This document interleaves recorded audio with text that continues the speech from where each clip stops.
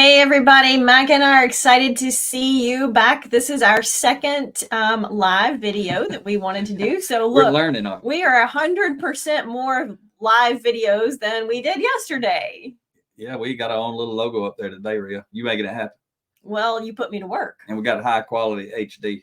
You like that? You can see our wrinkles a little right. better. Yeah. I got the most. Well, you're older. Hey, I know it. 11 years older, so she ain't joking. Hey everyone, today's topic is your boss can't hold you back, but you can. So we want to kind of dig into some of the ways that sometimes when we're working for a leader we feel like isn't a leader that we want to be following necessarily, or a leader who's not interested in growth and development. But we don't always think about what are the things that we can be doing in that season that can help us move forward and come to a better season. So we want to drill down into some of those, kind of building off of yesterday's topic. Yeah, I mean, a lot of people think their boss is holding them back, but what I want to tell you is your boss can't hold you back, but you can. And we're going to talk about some of those things today. And, one of them, your boss can't stop you from creating options, but you can. And Ria and I know we talk about it all the time. Leadership is influence, and increasing your influence increases your options. So everything that you can do to grow and develop your influence is going to increase your options. And life's always better with more options, isn't it, Ria? 100%. More options, more opportunities. Go ahead. So let's just dive right in. You gonna let me talk first? You guys know if I don't talk first, I'm not gonna get to talk. So I get to talk first. So number one, first and foremost, your boss doesn't have the power to stop you from leveraging your time away from work. A lot of times we think about getting ahead as something that we do while we're at work. But in truth, most of our getting ahead in life comes from when we're not at work. When you're working, you're busy. I mean, you got to be working when you're at work, right? And so the opportunity for us to move ahead is when we're not at work, and your boss has zero control or power over that time. Yeah, that's another thing we talk about, because a lot of people, and I just want to interrupt myself, Ria, are the comments, will they show up if they just start coming automatically? We will see those. Okay, yep. we don't know if anybody's listening or not out there until somebody makes a comment, I guess. But hopefully everything's working. Again, we're still learning, so we don't care that much if a whole lot of people are watching, because we're still trying to figure it out ourselves. But we upgraded the option, and so now we got a better stream for you guys, hopefully, and it'll get better as we get used to it. But it's something we're going to do when we have time to do it. But Ria's talking about, the boss can't stop you from leveraging your time at work. And this Labor Day holiday weekend's coming up, and when you think about Labor Day, the blue collar workforce, and if you don't know me personally and you don't know my story, the first 10 years of my career from 1988 to 2008, I was working on the front lines. And so I was a frontline factory worker, operating CNC lathes, mills, drills, and those type things. So, I see Aaron's there. So he said we're doing great. So, hi, Aaron. Glad to see you. So I'm going to share something about Aaron here in a minute. He called me the other day, so I'm looking forward to kind of sharing about him. But when I think about the blue collar workforce, I mean, that's why that's why I write the books, the blue collar leadership books and the blue collar leadership brand. Because throughout my 20-year career in manufacturing, no leader ever invested one penny or 1 minute actually introducing me formally to this type of content. So I think it's really important to get this message out to the folks. And even that little pointer, it's gone away. Ria had a pointer right here on my forehead, so I'm looking at the screen. I'm like, we got to move that thing, but it went away by the time I got distracted. You thought it was a fly. Yep. So anyway, what I want the blue collar folks to know. I mean, I know many of you out there have been overlooked, underappreciated, often underdeveloped, and that's where my passion comes from. What are you grinning about? I'm laughing about the pointer. Sorry, it was just distracting that you got distracted by something that. Oh, we're gonna have to tell them the story about the zipper, but I got to teach this lesson right here first. Okay. You remember that story about the zipper? I do, but I wasn't going to share it. But yeah, okay, it's all right. That's what part of being live is. People get to see us authentic, really authentic, which is what I like about this. I actually enjoyed doing yesterday's session. But when we talk about leveraging our time away from work, the boss can't stop us from doing that, but we can. You can. If you want a better job, you want a better life, this holiday weekend is coming up, and nothing wrong with hanging out celebrating, partying, whatever it is you do. But what you got to know is if you choose to do that, you're probably going to guarantee you get to do what you're doing now longer. And that's great if you enjoy what you're doing. But if you're not happy with what you're doing, if you're not happy where you're doing it at, or you're not happy with who you're doing it with, you got to develop the discipline within you to leverage your time away from work. Because a lot of people think, I've learned and experienced a lot of people who want to get ahead, they want to focus on getting ahead basically from 9 to 5. And I know all of you don't work from 9 to 5. What I'm talking about, though, is at work. People who want to get ahead at work, in life, they try to focus on getting ahead at work. But those who truly want to get ahead and are capable of getting ahead, they know a little secret. They focus on getting better from 5 to 9. What I mean by that's when they're not at work. Sure. Because it's easy to go in and want to do a good job, think you get ahead. And the people who are hungry do that. But the truly hungry people, they go invest in themselves outside of work. And those who are not doing that, they're going to be left behind by those who are. Yeah. So another thing that your boss can't stop you from doing is charting your own course, right? Investing in yourself, developing yourself. Again, sometimes that's when you're not at work.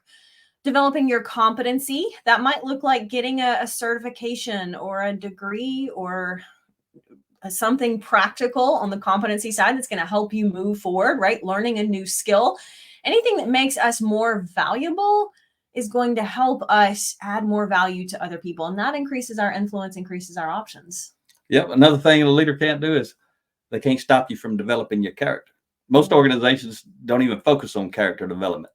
And a lot of folks who read my books or listen to my podcast or read Ria's books and listen to her podcast, quite often they reach out to us. And a lot of times we hear those folks, they kind of get frustrated and irritated that their company's not doing any development. And so instead of getting frustrated with them, what they need to do is look in the mirror and ask themselves, am I developing myself?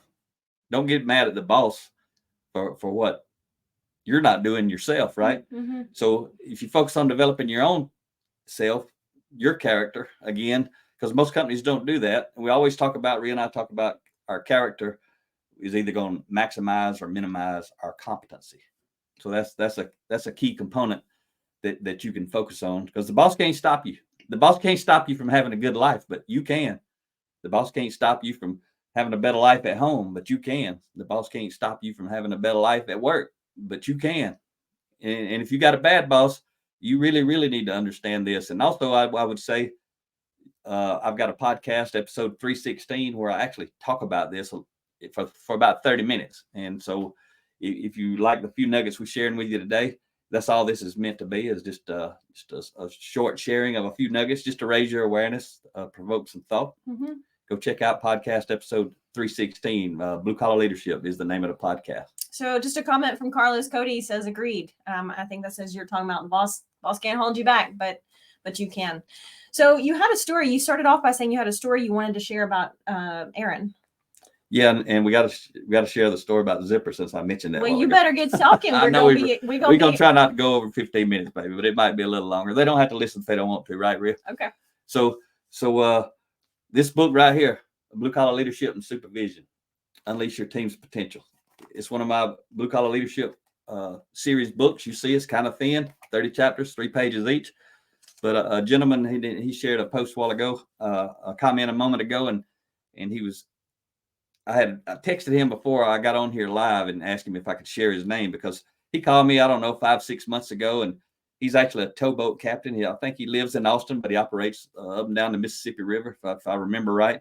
And he's a captain of a towboat crew. A lot of us call them tugboats if we don't know, but I'm pretty sure in the business they call them towboats. But you'll see them moving those big barges. They'll have, I don't know, 6, 9, 12. I don't know how many barges they'll have. Those big, you have them all tied together and moving them up and down the river and intercoastal waterways. But he called me about 6 months ago. I wanted to talk about leadership and that sort of stuff. And I told him some books to read. And he actually did what we're talking about right here. He leveraged his own time, started developing himself.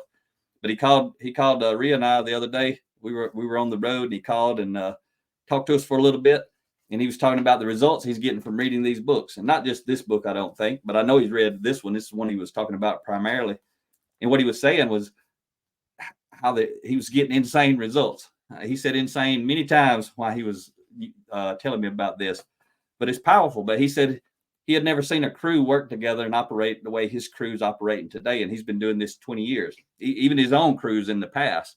And so he's gung ho about this, and nothing negatory against his organization. They may do all types of development. I don't know. What I know is Aaron is doing his own personal development. And we invite you to do that for yourself. You can go to bluecollarleadership.com/download. And you can actually, if you go there, you can read the first 5 chapters of this book. If you're a frontline entry level person, check out this one while you're there. Blue Collar Leadership, Leading from the Front Lines. And this one is how do you become a high impact individual, the kind of person an organization wants to promote, the kind of organization, a kind of person other organizations want to steal away. I mean, how good would your life be if you had 10 people, 10 different companies trying to hire you on? You may not want to leave, but it's nice to have options. Always. Your boss can't take options away from you, but you can. Mm-hmm. So go check those out. So before you get into your story, we got a LinkedIn question, a comment and question here from LinkedIn. It says, number one, thanks for this. But one thing that has kept me at many jobs is being loyal. And the question, how do we leverage this and keep it in perspective?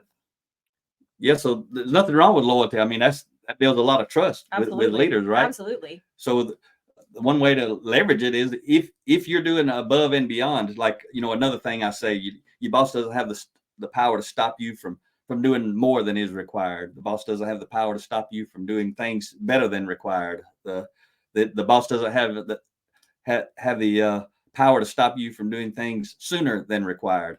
Mm-hmm. So those are some key character traits. And I've actually got a chapter on each one of those in this book, Blue Collar Leadership, Leading from the Front Lines, because it's how do you lead yourself well.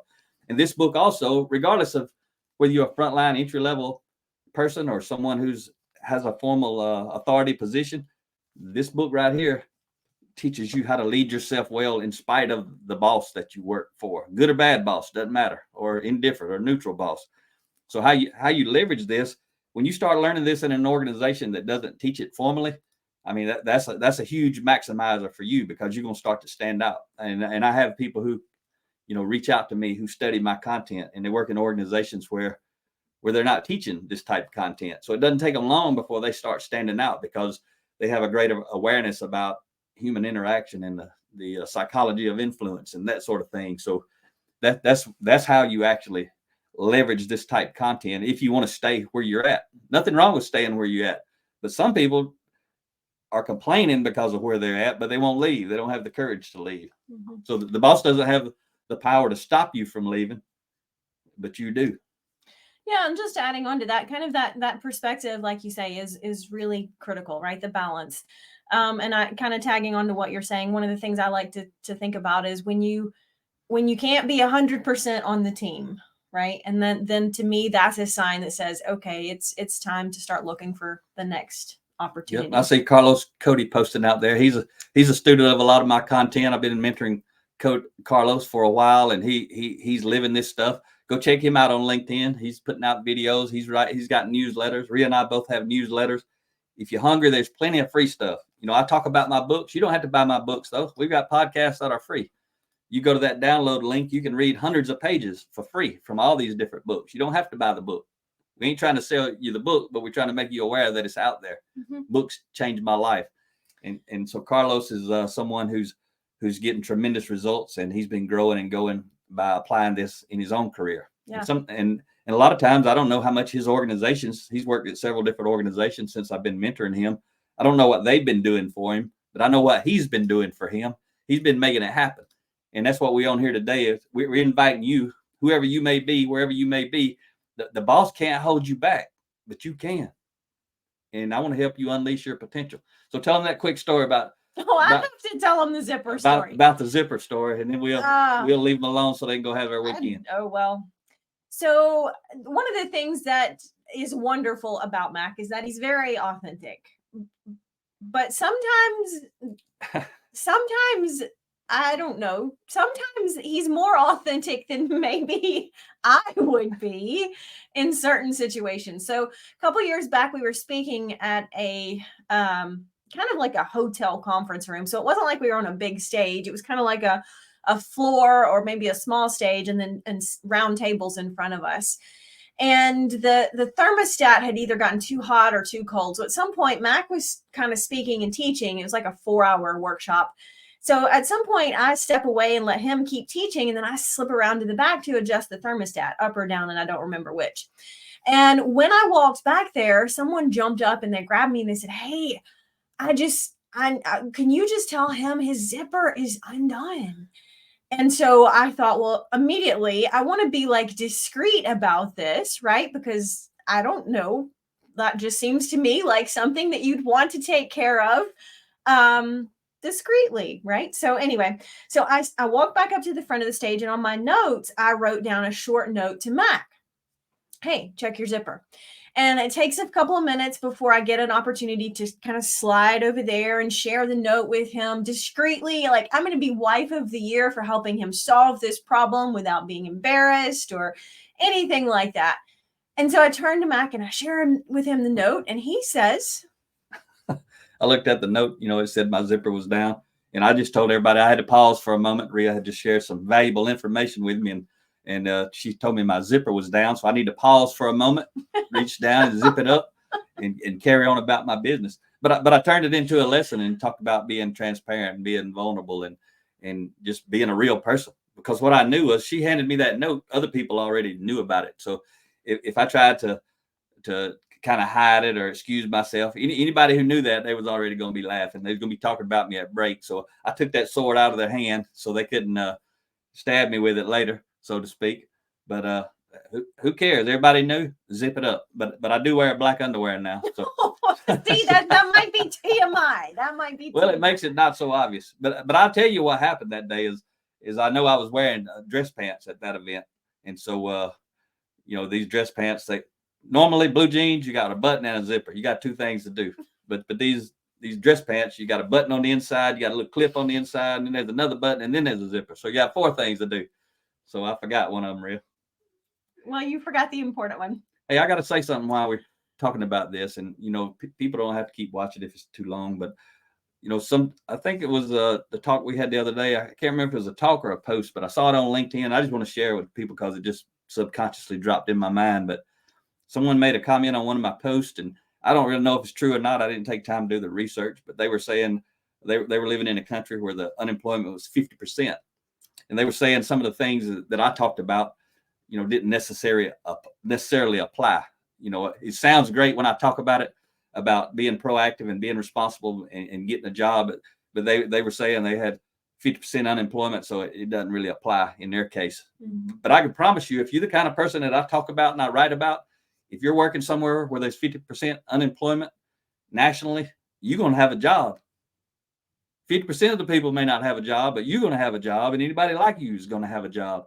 But I shared a story with this person, and I think I can't remember 100% if it was John Maxwell. I may have heard the story from him, but I don't think it was his dad. I really don't remember where I heard it, so I don't want to really tie somebody to it. But I heard a story from someone talking about their dad during the Great Depression, when jobs were pretty hard to find around here in the U.S. And they talked about their father went around and he would go to different businesses and he would go and offer to do whatever they needed doing for free. He'd say, I work here a day or I work here 2 days for free. I don't expect any pay. I don't want any pay. I just want to help you out. I got time. I ain't got a job. I need a job, but I ain't asking you for one. I just want to help you out. And in his heart, he was helping people out. But at the same time, he knew he was going to be building trust because he had a good work ethic and all that sort of stuff. And he said, often at the end of the day, people wanted to actually pay him something. But if he made that deal with them, he would not accept the pay. He said, if you want to pay me to come back another day that I hadn't told you I would work and do some work for you, I'll come back and work for you. But I told you today is on me. Because if he takes the money at the end of the day, then it was manipulative, right? Yep. But he found he had 2 or 3 jobs while other people didn't have any jobs. While the people playing the victim about it's the economy and all this kind of stuff. And it may be that. But you ain't got to worry about finding, 200 million people a job. You only got to find one person a job. If you do the stuff we talk about, you're going to find that job and you're going to get promoted and you're going to get pay raises. When I'm talking about that, there's another thing the boss can't stop you from doing. They can't stop you from starting your own business, but you can stop yourself from it. Yeah. And it takes a lot of courage to start your own business. I meet people all over this country, especially in the skilled trades area and the blue collar jobs. And I see them struggling. And I know if they would just step out and go start their own business. I knew one guy, he was a tool room guy in a plant, and he operated manual CNC lathe drill. He could make anything on this planet out of metal. And I used to think to myself, this was, 30 years ago. Even back then, I could see it, that this guy's potential. He could go make hundreds of thousands or millions of dollars and do his own thing and love it and not have a boss, but he never did it. He retired working inside of a company. And a lot of people say, well, I need my insurance and I need my benefits. Well, if you go make hundreds of thousands and millions of dollars, you can pay for your own insurance and cover yourself with benefits. But a lot of people can't see beyond the current reality. So that's just one thing I want to plant that seed with you. The boss can't stop you from having a better life, but you can. Should we wrap it up there? I guess you told my zipper story there. Yeah, just some thoughts to take away for this weekend, right? Being intentional with development, character, and competency.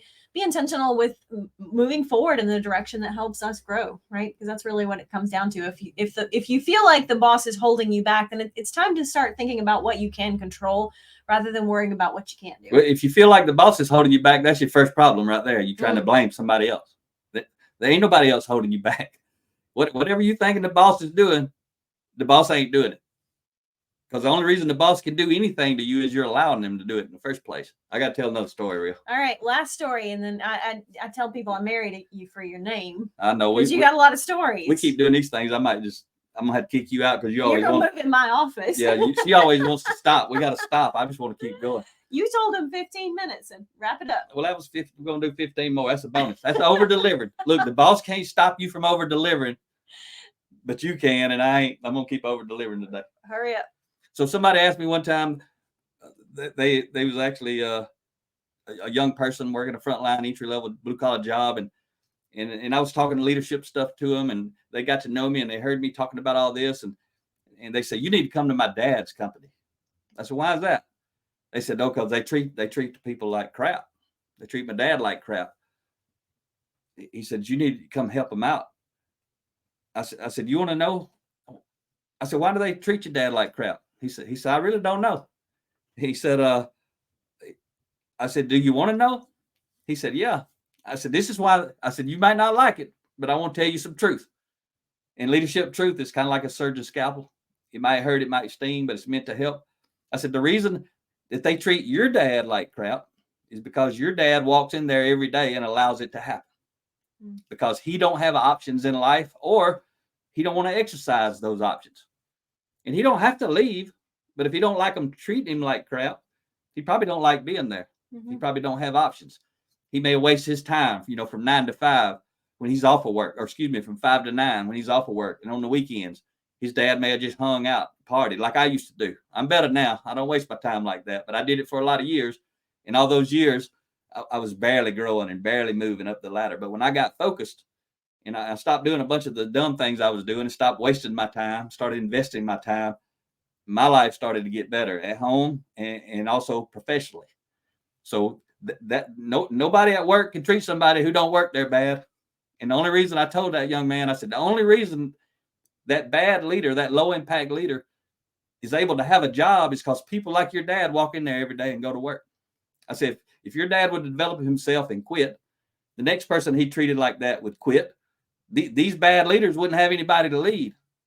That company would either go out of business, or they'd grow and develop that leader, or they'd replace that leader, but there wouldn't be an opportunity for bad leaders to be in a position. Somebody else says, why are there so many bad leaders? One reason is because we won't step up and become the leader we wish we had. We don't want the responsibility, but we wish someone else would take that responsibility. All right, Ria, I'm going to go because I got a call. I got a call scheduled for 3:30, so I got to get on there and get it. What's Carlos saying right there before we go?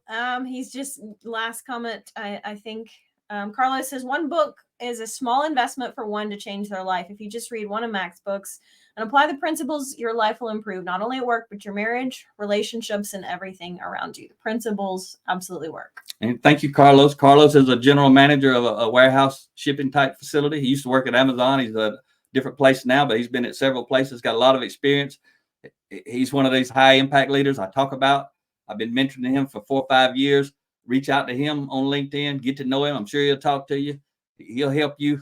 But Carlos is one of those folks getting results. People like Carlos, people like Aaron, a lot of other people who follow us, me and you, because we've lived it. Can't nobody out there tell us this is a bunch of hocus pocus, fairy dust. It doesn't work. We know it works. Yeah, 100%. That's why we get excited about it. So you guys have a safe and enjoyable holiday weekend, and talk to you next time.